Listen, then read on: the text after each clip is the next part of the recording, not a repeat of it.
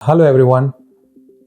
India में हर साल हज़ारों लाखों student common law aptitude test या क्लैट की प्रिपरेशन करते हैं और उनके बड़े बड़े एस्पिरेशंस होते हैं कि वो गवर्नमेंट लॉ स्कूल्स में एलएलबी प्रोग्राम करें और इंडिया में एक नामी लॉयर बने। लेकिन क्या होता है कि अभी 7 दिसंबर को भी एग्ज़ाम होने वाला है क्लैट का।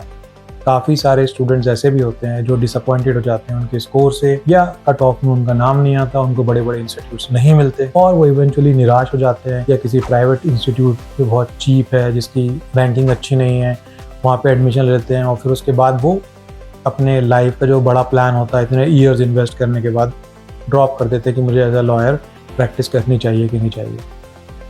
इसका मतलब ये नहीं है कि अगर आप क्लैट को क्लियर करते हो या नहीं करते हो तो आप अच्छे लॉयर बनोगे या नहीं बनोगे, क्योंकि इंडिया में कट थ्रोट कॉम्पिटिशन बहुत ज़्यादा है, नंबर ऑफ इंस्टीट्यूट्स कम है और मार्क्स जो कट ऑफ है वो भी बहुत हाई जाता है, बिकॉज नंबर ऑफ स्टूडेंट्स ज़्यादा है, इंस्टीट्यूट्स बहुत। लेकिन ये एंड नहीं है, यहाँ पर आपके पास ऑल्टरनेटिव ऑप्शन भी बहुत होते हैं। कई स्टूडेंट्स ऐसे भी होते हैं जो इंडिया से बाहर जाकर भी एलएलबी प्रोग्राम करते हैं। इसका एडवांटेज ये होता है कि वहाँ पर कोई एंट्रेंस एग्जामिनेशन नहीं मिलता आपको टॉप यूनिवर्सिटी में पढ़ाई करने के लिए। जो आपके जो बेसिक 12th ग्रेड के मार्क्स हैं उसके बेसिस पर और आपके पर्सनल स्टेटमेंट के बेसिस पर आप उन कंट्रीज में लॉ की पढ़ाई करने बहुत इजीली जा सकते हैं। सेकेंडली, फॉर एग्जांपल यूके, अगर हम यूके की लॉ को और इंडिया की एलएलबी प्रोग्राम को अगर कंपेयर करें तो आपको ये देखने मिलेगा कि इंडिया में एलएलबी 5 इयर्स की, जबकि यूके में एलएलबी ओनली 3 इयर्स में कंप्लीट हो जाए। और ऐसा नहीं है कि वहाँ पे अगर 3 साल में कंप्लीट हो रही है,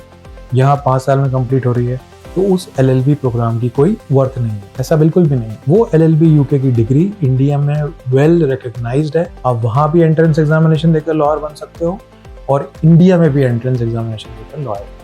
और मीनवाइल आपको एक इंटरनेशनल एक्सपोजर, इंटरनेशनल एक्सपीरियंस, वहाँ पर ऐसा पैरालीगल काम करके किसी बड़ी फॉर्म में अपना इंटरनेशनल एक्सपीरियंस गेन कर सकते हो। और इंडिया में आके आपकी रेपुटेशन ये होगी कि आप फॉरेन से लॉ पढ़ के आए हो, आप फॉरेन में काम करके आए हो एज अ पैरालीगल, और जब उस रेपुटेशन को आप इंडिया लेकर आओगे तो आपको डेफिनेटली एडवांटेज मिलेगा।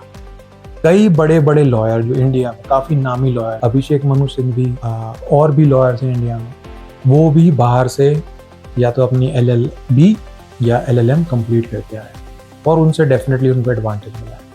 तो क्लैट एग्ज़ाम में अगर आप अच्छा स्कोर नहीं कर पाए, बिल्कुल डीमोटिवेट होने की आपको ज़रूरत नहीं है। आपके पास एक सेकेंडरी ऑप्शन है, अपनी 12th बोर्ड एग्ज़ाम क्लियर कीजिए, अपना इंटेंशन दिखाइए कि मैं यूके जाके या किसी और कंट्री जाके लॉ की पढ़ाई करना चाहता हूँ।